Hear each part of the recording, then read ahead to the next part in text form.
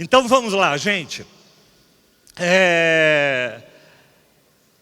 Eu quero trazer uma palavra para vocês, né, desse tempo que nós estamos vivendo, desses 27 anos. E eu sempre me emociono quando a gente celebra os aniversários da igreja, porque quando a gente olha, e quando eu olho para trás, a pastora Sônia mencionou, né, a realidade, a igreja faz 27 anos, mas a gente começou a sonhar ela há 30 anos atrás.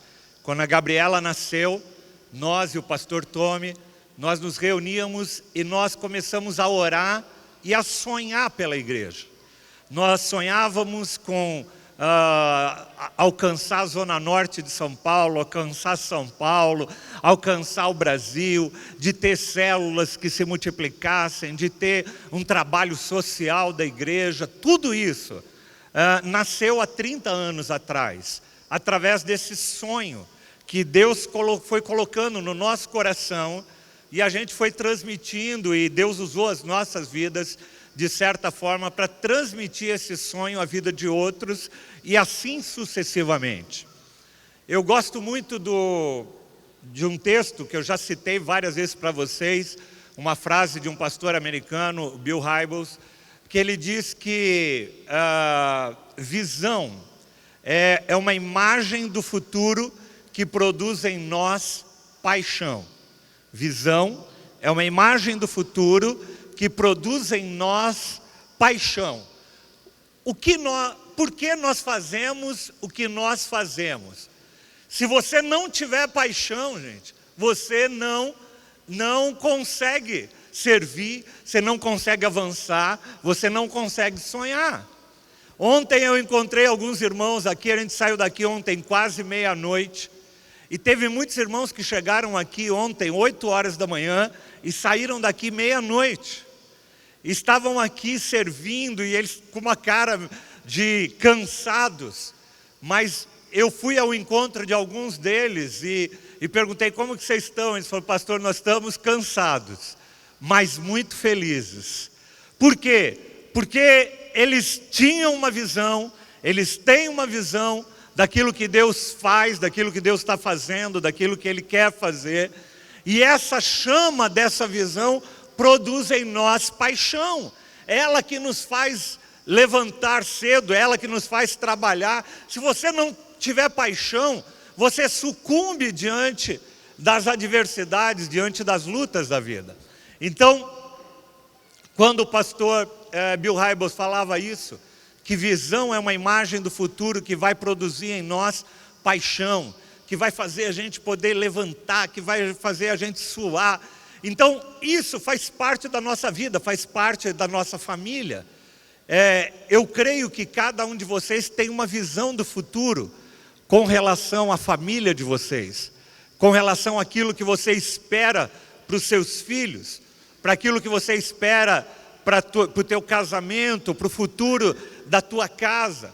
E é em prol dessa visão futura que você trabalha hoje, que você serve hoje. Então, em função daquilo que eu tenho lá na frente, eu vou conduzir, e eu vou trabalhar, e eu vou servir, e eu vou sonhar, e eu vou ter expectativa, né? Como é que foi a frase ontem que a pastora Ana Paula falou, né? Oi? Santo entusiasmo, né? Esse santo entusiasmo, gente, esse entusiasmo faz parte dessa paixão que Deus coloca na frente, na nossa vida, quando a gente tem uma imagem futura. E quando nós começamos a igreja, nós tínhamos essa imagem. E nem tudo se realizou ainda daqueles sonhos que nós tínhamos. Mas quando a gente olha para vocês, quando a gente vê aquilo que Deus já fez na vida e na história de tantas pessoas, gente, não tem como a gente não se emocionar e não tem como nós nos alegrarmos. Esta semana, não sei quantos acompanharam, segunda ou terça-feira, se não me engano foram 50 anos, eu não me recordo direito, de um grande discurso de um pastor americano chamado Martin Luther King, quando ele ele faz um discurso para uma multidão e ele usa uma frase que se tornou um ícone, que se tornou muito célebre. E esse discurso fez aniversário essa semana. E nesse discurso ele falava a seguinte frase: eu tenho um sonho. Eu tenho um sonho. O sonho do pastor Martin Luther King era ver toda a discriminação racial que havia nos Estados Unidos cessar, que pudesse haver comunhão entre brancos e negros, que não houvesse mais nenhum tipo de discriminação. E esse era o sonho que motivava o coração dele. E eu não sei quantos sabem, mas diante de defender esse sonho, diante de lutar por esse sonho, o pastor Martin Luther King foi assassinado por extremistas.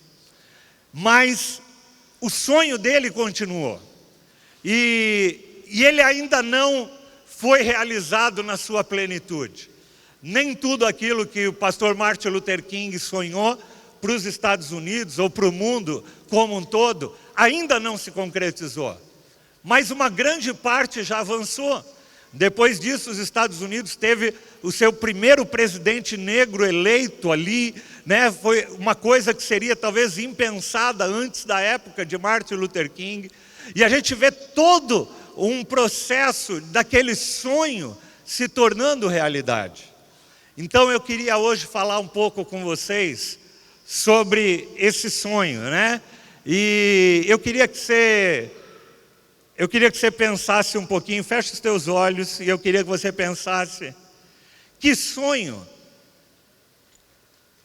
que você tem para a tua vida, para a tua família e para esta igreja? Qual é o sonho? Qual é a imagem que vem na tua mente quando você pensa na tua vida, na tua família e na tua igreja daqui a 10, 20 anos? Qual é a imagem? E agora eu queria que você virasse para quem está do teu lado e fale para ele: eu tenho um sonho. Eu tenho um sonho. Eu tenho um sonho para a minha vida. Eu tenho um sonho para a minha família. E eu tenho um sonho para esta igreja. Eu tenho esse sonho. E eu quero te convidar para a gente ir para um texto que eu gosto muito. Fazia tempo que eu não ministro sobre esse texto, que está em 2 Reis, capítulo 6. 2 Reis, capítulo 6, a partir do versículo 6. Ou melhor, a partir do versículo 1, perdão. 2 Reis, capítulo 6, a partir do versículo 1. Diz assim: os discípulos dos profetas disseram a Eliseu: como vês o lugar onde nos reunimos contigo? É pequeno demais para nós. Vamos ao Jordão, onde cada um de nós poderá cortar um tronco para construirmos ali um lugar de reuniões. E Eliseu disse: podem ir. Então um deles perguntou: não gostarias de ir com os teus servos?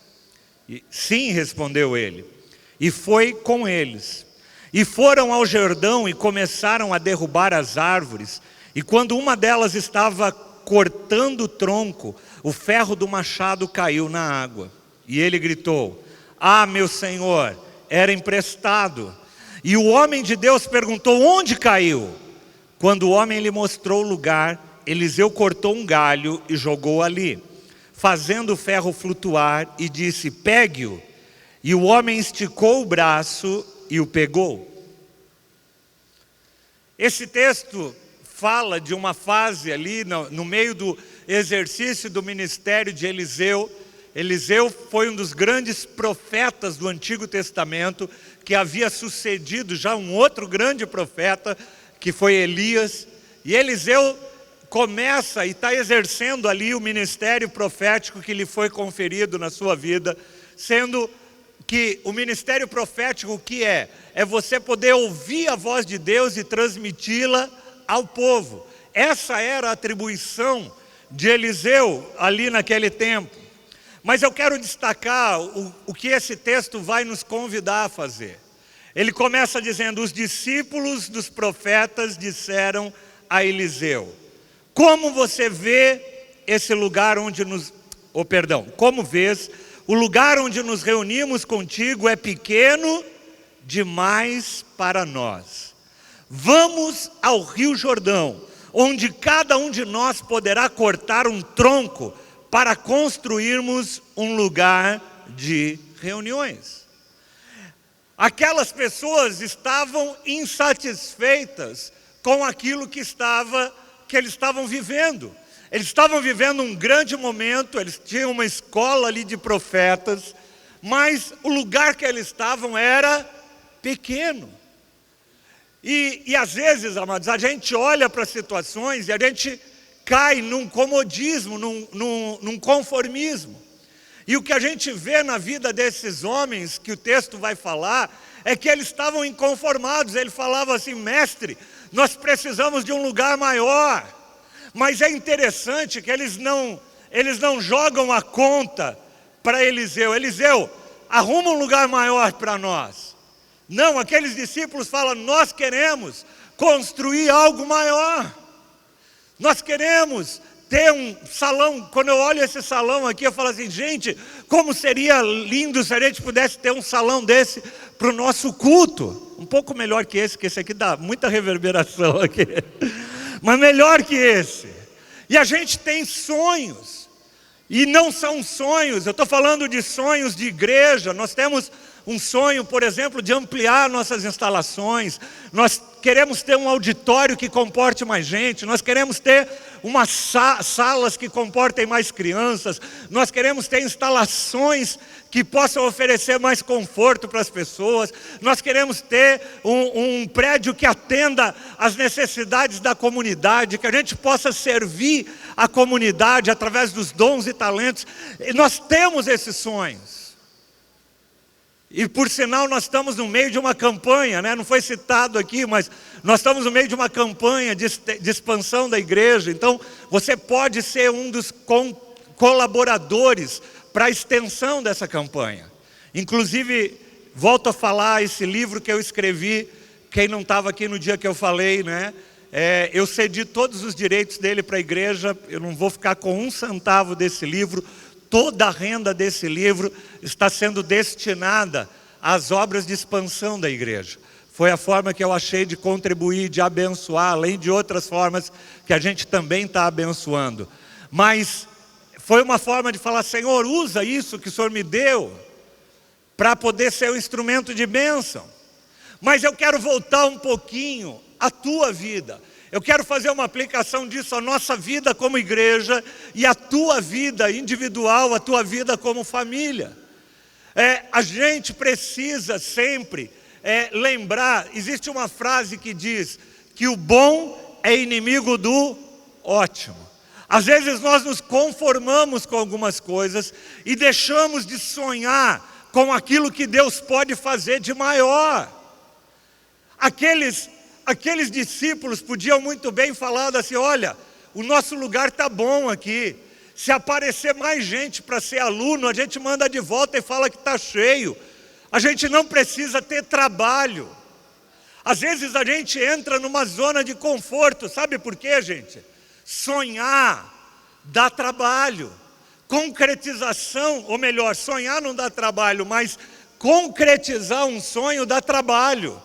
E tem gente que às vezes não gosta de sonhar porque não quer ter trabalho. Para a gente realizar qualquer coisa, para realizar essa conferência, era muito mais fácil a gente não ter feito essa conferência. Vocês não imaginam o trabalho que dá para fazer uma coisa dessa, o custo financeiro que dá para fazer algo assim. A gente poderia muito bem não ter trabalho, mas para você realizar sonhos, vai exigir de você trabalho. Diga isso para quem está do teu lado: para realizar os sonhos que Deus tem colocado no teu coração, vai exigir de você trabalho.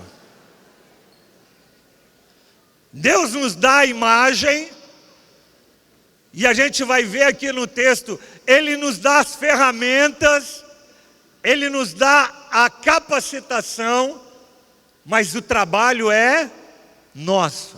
O trabalho é meu e o trabalho é teu. Deus dá o sonho, Deus dá as ferramentas, mas a execução cabe a nós. A execução cabe a nós. E esses discípulos, eles falam assim: nós queremos um local maior, nós queremos ir além. E eles vão até o Jordão para cortar troncos, para construir aquele lugar maior de reuniões. Então um deles diz: não gostarias de ir com teus servos? E Eliseu respondeu: sim, e foi com eles. E eles foram ao Jordão e começaram a derrubar árvores. Eu não sei quantos já derrubaram uma árvore com machado. Eu me lembro que meu pai, a gente tinha uma chácara quando meus pais eram vivos, e meu pai foi acostumado lá no interior a cortar árvores, né? E você pega aquele machado e dá com toda a força, você vai aos poucos dando machadadas ali, e o machado precisa estar afiado, e ele vai ali, com cada machadada você vai tirando uma lasca da árvore, até que a árvore possa tombar e finalmente cair. E eles vão e começam a derrubar as árvores. Mas quando um deles estava cortando um tronco, o ferro do machado caiu na árvore, na água. E ele gritou: ah, meu senhor, era emprestado. Era emprestado e caiu na árvore. Tinha dois problemas que a gente enxerga nesse texto. O primeiro é que o trabalho foi interrompido, porque o machado era um instrumento que Deus deu para que aquela pessoa pudesse avançar na direção da realização da obra que Deus tinha conferido a ele. E o machado aqui pode ser muitas coisas na nossa vida: a nossa alegria, a nossa disposição, os dons que Deus colocou na tua vida, sabe? Essa é o machado que Deus colocou na tua mão, para que você possa levar adiante a obra que Ele tem conferido a você, a obra que Ele quer realizar na tua casa, a obra que Ele quer realizar na tua família, a obra que Ele quer realizar nesta igreja, a obra que Ele quer realizar na tua vida. Deus dá o instrumento, Deus coloca na nossa mão. Quando Ele nos chama, Ele nos capacita. Vira para quem está ao teu lado e fala: quando Ele nos chama, Ele nos capacita. Semana retrasada eu falei de uma frase, que eu vou citar novamente, porque às vezes, quando Deus te mostra um problema, é porque você é a solução daquele problema. Deus não te mostra o problema para você apontar o dedo, nem para você sair criticando. Deus te mostra um problema para você arregaçar as mangas e poder ajudar naquilo. Porque sair do papel de crítica é muito fácil. Quer dizer, ficar no lugar de crítica é muito fácil. O duro é você sair do lugar de crítica e assumir o protagonismo da coisa, falando: não, deixa aqui, eu vou ajudar a resolver esse problema. Se você não pode ajudar a resolver um problema, então não fica apontando. Então, ele diz: Senhor, o meu machado era emprestado. E aí, amados, a gente vê, o machado, como eu disse, tem essa figura daquilo que Deus nos dá, para que a gente possa realizar a obra. Não dá para você cortar a árvore sem machado. Não dá para você ficar só com o cabo do machado e ficar batendo na árvore, que ela não vai cortar a árvore. Mas tem mais uma coisa que me chama a atenção nesse texto. Eu não sei quantos já viram como que o machado, ele é preso, o ferro do machado é preso no cabo do machado. Normalmente você faz uma cunha na cabeça do cabo, e essa cunha você bate nela de tal forma que você abre o cabo do machado para prendê-lo fixamente. E se a gente não está toda hora verificando essa cunha, sabe o que acontece? ela vai afrouxando, afrouxando, e aí quando você faz o movimento para cortar a árvore, a cabeça do machado vai embora.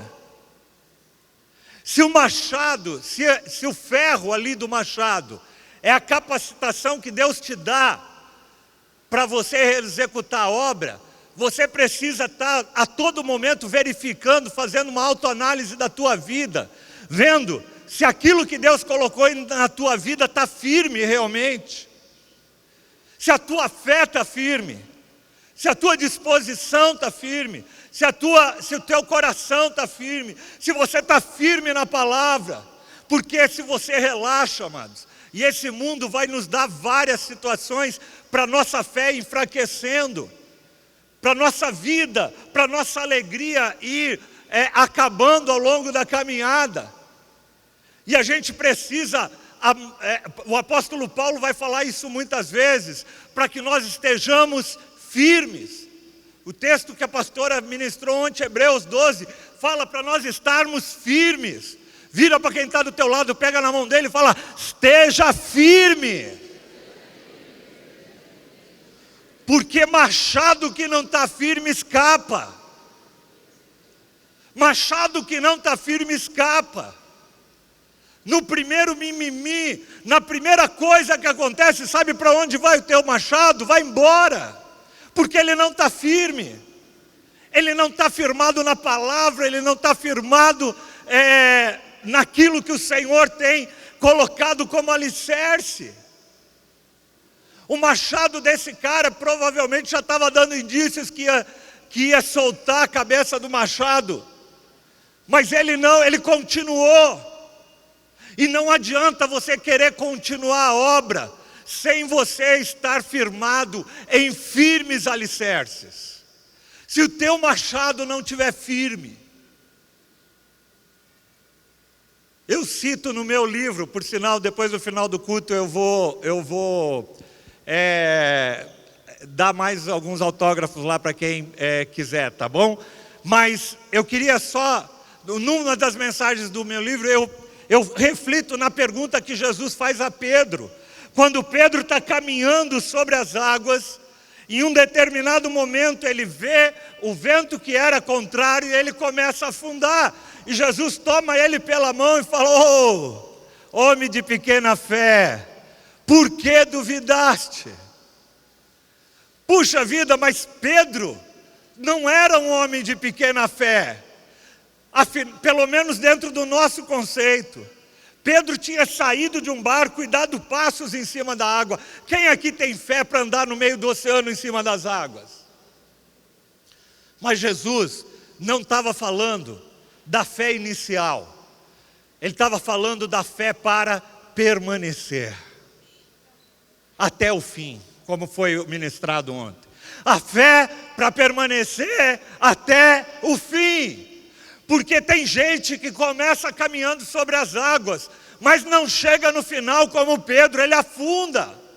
Tem gente que começa a sonhar, começa a cortar árvores, mas sabe o que acontece? Ele deixa o machado ficar frouxo, e aí o machado escapa e ele perde o machado. E sem o machado, sem a unção, sem a capacitação de Deus, você não vai para lugar nenhum, você não vai realizar o teu sonho. Vira para quem está ao teu lado e fala: aperta o teu machado. Aperta o teu machado. Consolida aquilo que Deus tem colocado em tua mão. Seja um homem de fé, uma mulher de fé, uma mulher de oração, um homem de oração, alguém que jejua diante do Senhor, que clama, que ora, que lê a palavra, que vai se alimentando a cada dia, porque essas coisas fazem o nosso machado ficar firme e você não perder o machado. Mas vamos partir do pressuposto que o teu machado caiu, como esse caiu. O que é o machado?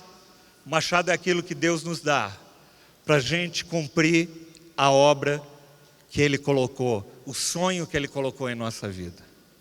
E tem muita gente que tem perdido o machado no meio da caminhada. Você tinha um sonho, para a tua casa, para a tua família, para a vida dos teus filhos, para a igreja, para a célula. E talvez no meio da caminhada você perdeu a alegria, aconteceram situações que desencabaram o teu machado e você não pôde mais avançar com a obra. Por quê? Porque as tuas emoções, porque as tuas decepções, porque as tuas frustrações tomaram o lugar daquilo que Deus tinha colocado para você continuar a grande obra. Amados, todos nós vamos passar por lutas. Jesus já vai falar isso para nós. No mundo tereis aflições. No mundo a gente vai ter problemas, vão ter situações difíceis. E muitas vezes a gente paralisa no meio desse processo. Muitas vezes a gente perde o machado no meio desse processo. Muitas vezes a gente deixa com que esse machado caia e a gente não continua. Tem pessoas que desistem dos seus casamentos, tem pessoas que desistem dos seus ministérios, da sua célula, desiste de orar, desiste de congregar, desiste de estar junto. E é interessante, quando a pastora Sônia compartilhou que ela ia falar, eu já tinha escrito essa palavra e a gente não tinha combinado, e a gente viu que o pastor Douglas falou ontem pela manhã, aquilo que ele falou para a pastora, através da pastora Sônia ontem, aquilo que Deus colocou para comunicar para vocês hoje. Deus está falando, Deus tem um sonho para a tua vida, para esta igreja e para a tua vida como indivíduo.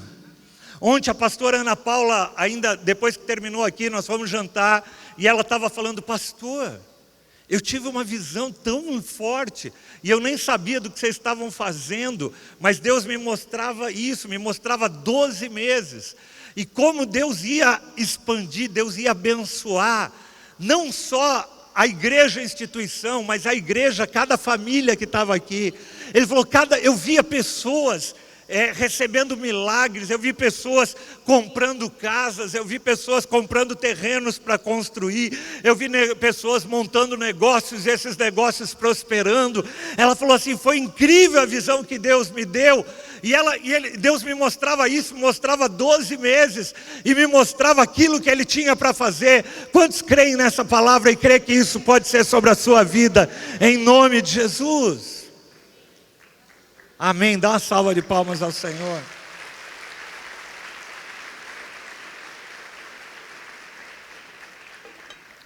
E ela falou sobre a palavra expansão, a gente não tinha conversado absolutamente nada, ela não sabia de nada.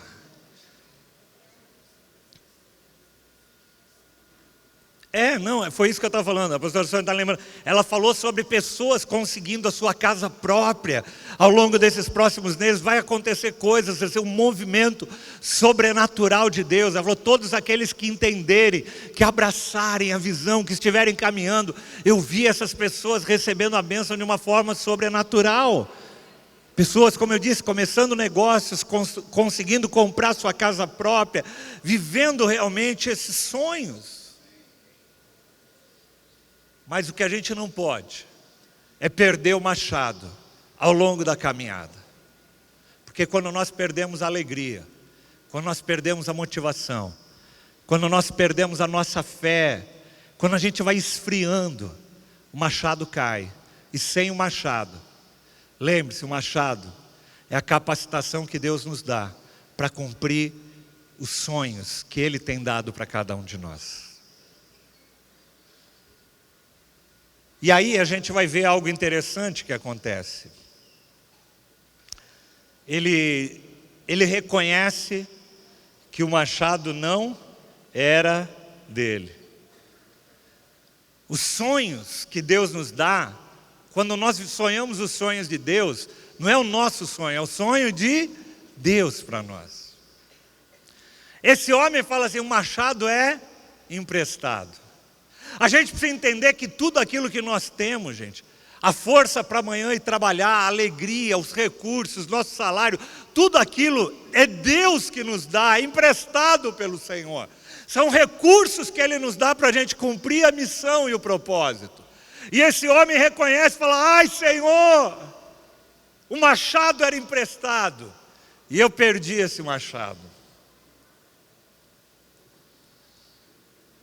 E aí vem uma frase, e eles caminham no texto, e diz: e o homem de Deus perguntou: onde caiu? Repita comigo: onde caiu? Onde caiu? Onde caiu? Sempre que a gente perde alguma coisa, qual é a primeira coisa que a gente faz? Quando a gente perdeu uma chave, né? Eu sou especialista em perder chave. Aonde? Essa semana eu já perdi um monte de vezes. Ontem mesmo virava a casa, não conseguia achar a chave. Aí o que você faz quando você perde a chave ou perde alguma coisa? Você começa a tentar se lembrar por onde você passou. Aonde você esteve que pôde cair aquele machado. E é interessante que essa frase é mais ou menos a mesma frase que a gente vai ver em Apocalipse, quando ele fala sobre a igreja, e ele fala que a igreja perdeu o primeiro amor. E ela fala assim: lembra-te de onde caíste. Lembra-te de onde você perdeu aquele primeiro amor. Lembra de onde caiu. Lembra qual foi a seta do inferno que você deixou às vezes entrar no teu coração, para que você começasse a murmurar, ao invés de adorar e ao invés de louvar. Aonde foi a seta que o inimigo conseguiu atingir o teu coração, que minou a tua fé, que minou o teu amor pela igreja, o teu amor pelos irmãos, o teu amor pelo teu cônjuge? Aonde foi a seta que você permitiu que atingisse o teu coração, que você perdeu a alegria do ministério, alegria com o teu casamento, alegria com a tua vida, alegria com a tua célula? Aonde foi que você perdeu isso? Isso é uma coisa, amados, que a gente precisa fazer, não é uma vez na vida, é sempre. A todo momento, quando você começa a sentir sintomas na tua vida, você precisa parar, voltar atrás e falar: Senhor, aonde foi que eu perdi? Aonde foi que caiu? Aonde foi que você perdeu, às vezes, a energia? E eu tenho certeza que se Deus está trazendo essa palavra de forma recorrente, é porque Ele quer falar com algumas pessoas daqui. Deus tem um sonho para você. Não é só eu tenho um sonho. Deus tem um sonho para você. Deus te deu o machado, Deus te deu as ferramentas, mas você em algum momento deixou cair. Você perdeu essa alegria, você perdeu o brilho, você perdeu o pulso. Aonde? O profeta pergunta: aonde você deixou cair? Onde caiu? E eu queria que você pensasse nisso hoje. Aonde você caiu? Onde caiu o teu machado? Você acha que tem algumas coisas que Deus te deu que você de repente tenha deixado cair? Aonde caiu? E talvez tenha uma coisa que precede até essa pergunta. É a consciência de que você perdeu o machado. Né? Porque tem gente que às vezes não para e não tem a consciência que o machado caiu. O que me chama a atenção nesse texto é que ele não ficou batendo ali só com o cabo.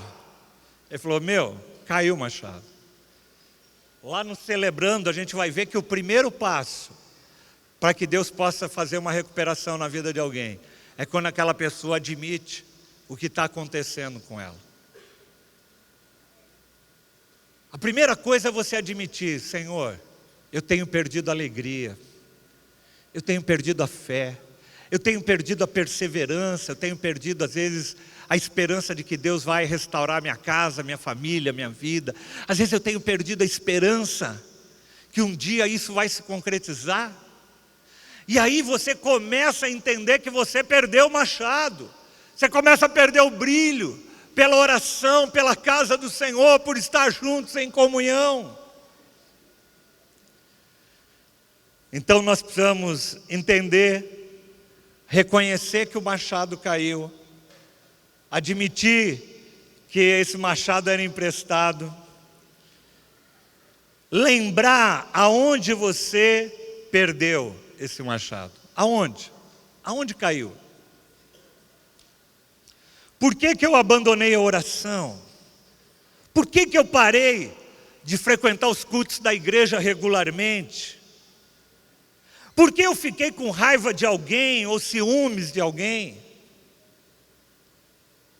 Por que você perdeu o que há de melhor? Por que você parou de orar? Por que você parou de ler a palavra regularmente? Por que você deixou de ser uma testemunha viva? Por que você deixou de ser aquela pessoa evangelista? Por quê? Aonde caiu o machado? Sabe, amados, a gente como igreja, pastores, a gente regularmente se reúne para discutir se a gente não está perdendo a visão, se a gente não está, de repente, fazendo algo que Deus pediu para não fazer e deixando de fazer aquilo que Deus quer que a gente faça. A gente regularmente está fazendo essa análise. Será que a gente está perdeu o nosso machado? Mas isso tem que ser feito na nossa vida também individualmente. E por último, queria que o pessoal do louvor pudesse vir à frente. O homem de Deus perguntou onde caiu, e quando o homem lhe mostrou o lugar, Eliseu cortou um galho e o jogou ali, fazendo o ferro flutuar. Vamos parar e pensar nessa cena? A cabeça do machado caiu dentro do rio. O Eliseu vem e joga um galho. Vamos pensar bem, o galho que você joga na água faz o quê? Ele boia, ele flutua. Se o machado está lá no fundo, que sentido tem você jogar um galho para tentar resgatar um machado que está lá no fundo? Se ele tivesse falado que ele pegou um galho e tentou lá cutucar e pegar, tudo bem, mas não, ele falou que ele jogou o galho na água e a cabeça do machado fez o quê? Flutuou.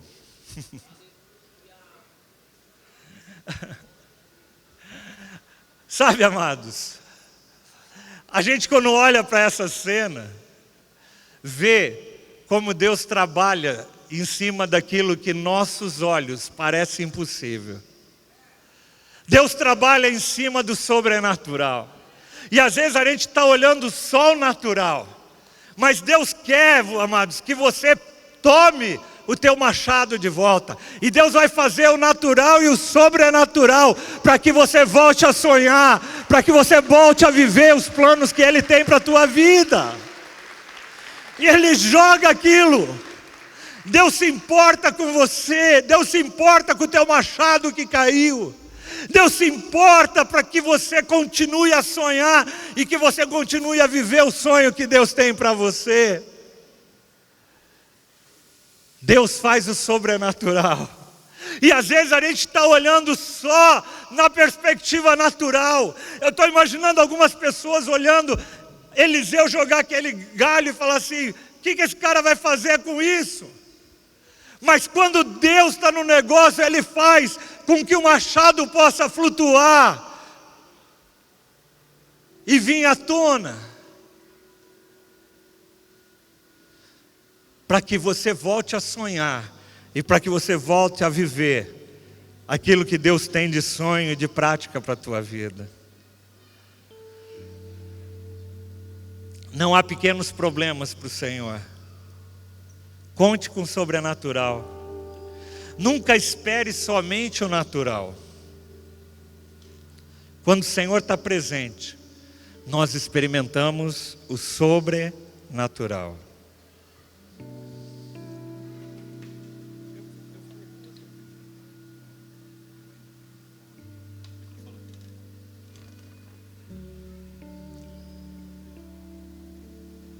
Sabe, amados, quando a gente perde o machado, A gente precisa reconhecer que perdeu.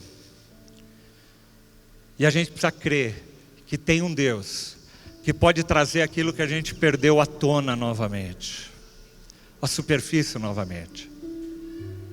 Para a gente viver novamente o primeiro amor, para a gente viver os sonhos que Ele tem para a nossa vida, para a nossa casa, para a nossa família. Para a gente continuar sonhando, para a gente continuar perseverando, para a gente continuar a obra que Ele tem conferido nas nossas mãos. Mas tem uma última parte, o último versículo dessa passagem. Eliseu, ele podia muito bem ter feito uma oração e sobrenaturalmente, porque o machado vir do fundo do rio até a superfície do rio já é milagre. E talvez você pudesse perguntar assim, por que ele não fez o milagre completo e fez o machado voar e ir até a mão do cara? Né? Não é milagre já ele flutuar dentro da água e até a superfície? Por que Deus não faz serviço completo e pede para aquele ferro do machado ir até as mãos daquele discípulo? Mas Eliseu vira para ele e fala assim: pegue-o. E o homem esticou o braço e o pegou. A gente vai ver Jesus fazendo isso. A gente vai ver Jesus pedindo para alguém que tinha a mão mirrada esticar a sua mão.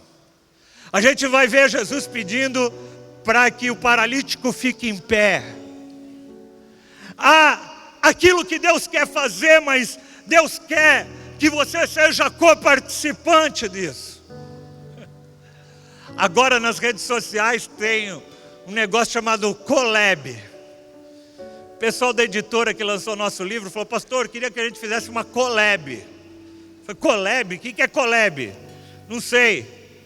Aí ele falou: não, pastor, só faz uma postagem e marca a gente, e convida a gente para ser colaborador na postagem. E a postagem vai aparecer no feed do senhor e no feed da editora. Eu falei: tá, é isso que é collab? É. Deus quer fazer um collab com você, amado. Vira para quem está do teu lado. Fala: Deus quer fazer um collab com você.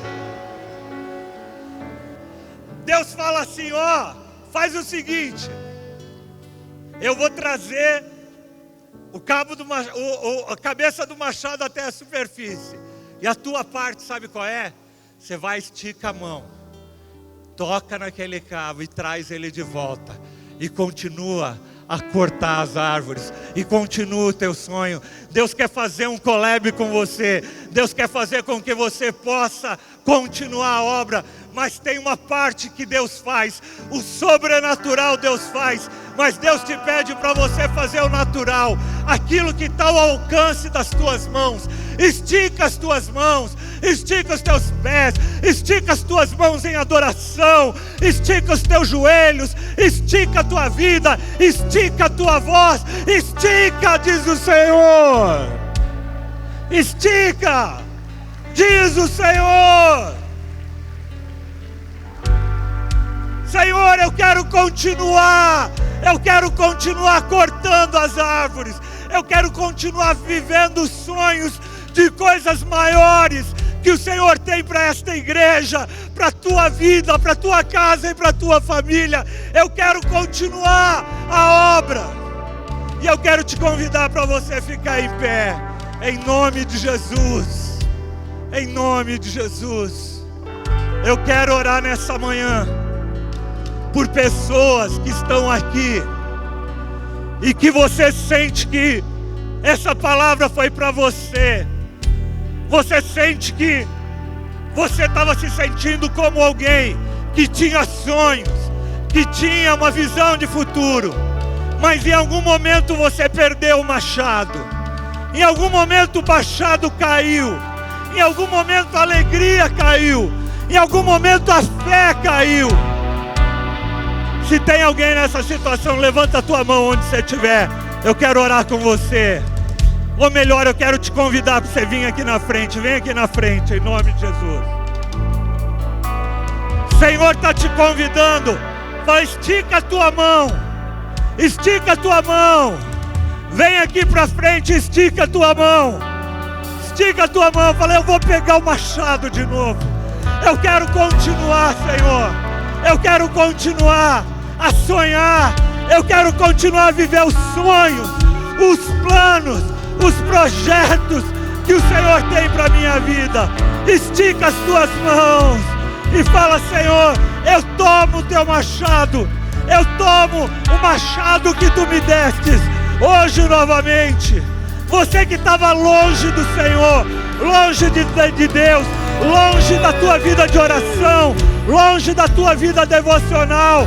Oh, hoje o Senhor quer resgatar, hoje o Senhor quer levantar, hoje o Senhor quer trazer o machado e falar, continua sonhando, continua vivendo, continua cortando as árvores, continua, fala, Senhor, ainda tem lenha, ainda tem árvore para cortar, ainda tem lenha para queimar. Vai, declara isso, em nome de Jesus, em nome de Jesus, em nome de Jesus.